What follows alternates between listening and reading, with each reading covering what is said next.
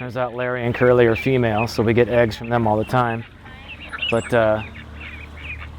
Larry ended up dropping a litter. She sat on him for quite a while, and we ended up with 11 more. But in the meantime, we ended up with the Denzel Washington, Vin Diesel, Don King, and what was Danny DeVito, but it turns out it's Danny DeVita. The trick now is not to name the other 11 so we can have them for dinner. Those are our duck eggs. Like Don King ducks? Yeah. Those are our ducks.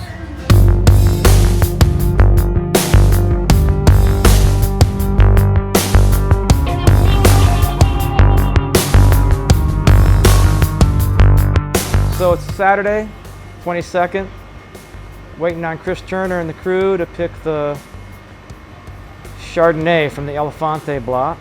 It's the second set of fruit that's come in from harvest. We already harvested the Lulienga, or the Lignan Blanc, from the Augustina block, and now we're getting the Chardonnay from the Elefante block. What I've done is I've just kind of gotten out of my own way. It was steaming and sulfur wicking the barrels and stacking those away so you can get them out of the way, get ready for the reds to come later in harvest. And I've just prepped the press. Everything's ready to go. We're just waiting on the fruit. So should be here half hour. This is the nice downtime during harvest. Like, everything's ready to go, calm before the storm. Just kind of chill and enjoy your space. Enjoy the view. You're kind of slave to the sun and the rain. Mother Nature's in charge at this point. I'm gonna basically dump the whole clusters in the hopper. The hopper goes in, they go into this. This is what we call a bladder press. So when it's all in and shut down, you'll see there's little holes like a colander, and the bladder itself inflates like a big balloon, and it pushes the fruit up against that colander side, and the juice goes into the tray. I let it settle a little bit in here before I pump it out, but then we get it back into a tank, back in there, and let it settle for about 3 days. I'll rack it off, because some of that sediment will settle at the bottom of the tank. So after about 3 days, rack it off that sediment, put it into a tank, and inoculate it. I'm not real comfortable yet with natural ferment. I don't have those kind of skills yet. I'm working on it, but.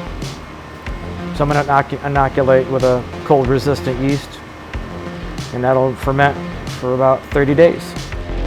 We raise a heavy glass to you in our indestructible days. I always liked puzzles growing up, so I like when I'm writing, and there are some pieces that are not completely connected intentionally. You're meant to look at those things and infer. Insert your own experiences in there. If I'm accurate with the broad strokes and the sacred geometry of it, you will have some experience that applies to this story, but I don't lay it all out. It's not all just ABC, therefore D. It's gonna be all over the map. It's gonna require you to be engaged in some way. And we're doing the same thing with the wine, doing the same thing with the food. We're giving you a little bit of a guide. We're not going to beat you over the head with it. If you don't want to get it, you don't have to. You can just have some wine and some food and move along. The songs, you can just tap your feet, jump up and down, whatever you want to do. That's up to you. No matter what the project, Puscifer, Perfect Circle, Tool, we're trying to give you something that's more than the sum of its parts. There's something else there. And depending on where you are in your life, you may hear it or may not. The way I'm farming, I'm just a little more paranoid, and I'm obsessed with needing to know before we make the move, so I like to have the vines very structured as much as possible. We're setting 1 cluster per shoot and roughly between 6 and 12 clusters per vine. So that way everything in the site is ripening evenly. So if we grab clusters from all over the site and do a sample, it should give us a very accurate look at what we can expect if we were to pick that day. This is what it would be. So that's what we kind of base all of our picks on, is cluster samples. Speaking from an artist's perspective, there's various kinds of canvas, but canvas is canvas. Paints are kind of paints. Well, if that guy's a painter and that guy's a painter, I'll just get one of the paintings, right? They're just going to be the same because it's just paint and canvas and a guy. painting. Well, that's not the case, obviously. Wine kind of takes that to another level because it's expressing a place. So every single place is going to express a particular variety differently. So if you have Cabernet Sauvignon on this site, as opposed to Napa, Texas, or New Mexico, or Washington State, Oregon, they're all going to be different expressions of that grape because there's an infinite number of variables. This is a huge copper mine. There was volcanic activity here. It used to be the bottom of an ocean, so there's ancient limestone, caliche layers, decomposed granite, river sediment from all the creeks and rivers. You're near the Grand Canyon. We're high elevation, so that diurnal swing night to day is going to be different than it would be in Napa. So all these variables go into making that grape a unique thing on that site, and then that lifetime of trying to figure out what grapes do best in that region. And since we have no actual history or notes from here, we won't know the answer to that question for another 50 years. What do you know? Yeah, the streets rose in two perfect waves in the night. What do you know? Crashes on my left and one on my right. It's all fire and Caduceus Cellars is my wine tasting room, and it's meant to express this place as well as connecting you back through history with my family and the future of my family. My heart and soul is Caduceus Cellars for the winemaking and for the grape growing. I look at what my goals are for a restaurant, for a tasting room, and when I find somebody who has a similar goal or is dug in and who loves this place, that's everything. Brian and Alan run the Caduceus Cellars tasting room. They're in it for the long haul here. They're artists.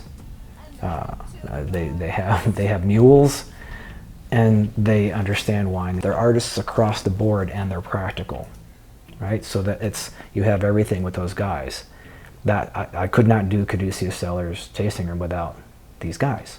Brian Sullivan, manager here at the tasting room for 5 years, resident of Jerome for 25 years. Very interesting place here. Mostly concentrate as much as I can on sourcing locally, but sometimes I have to reach out a little bit further because the products are just too beautiful.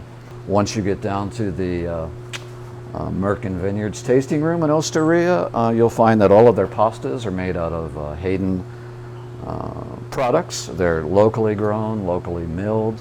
You can't get any more local than that.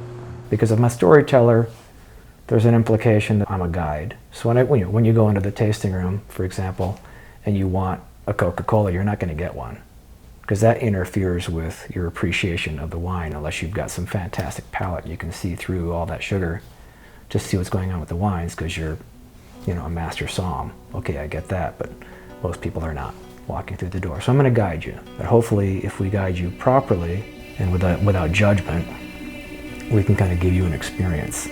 Dust devil swept you away. It's still not real. Lash and earn in silence. Talk to me. Dust devil swept you away.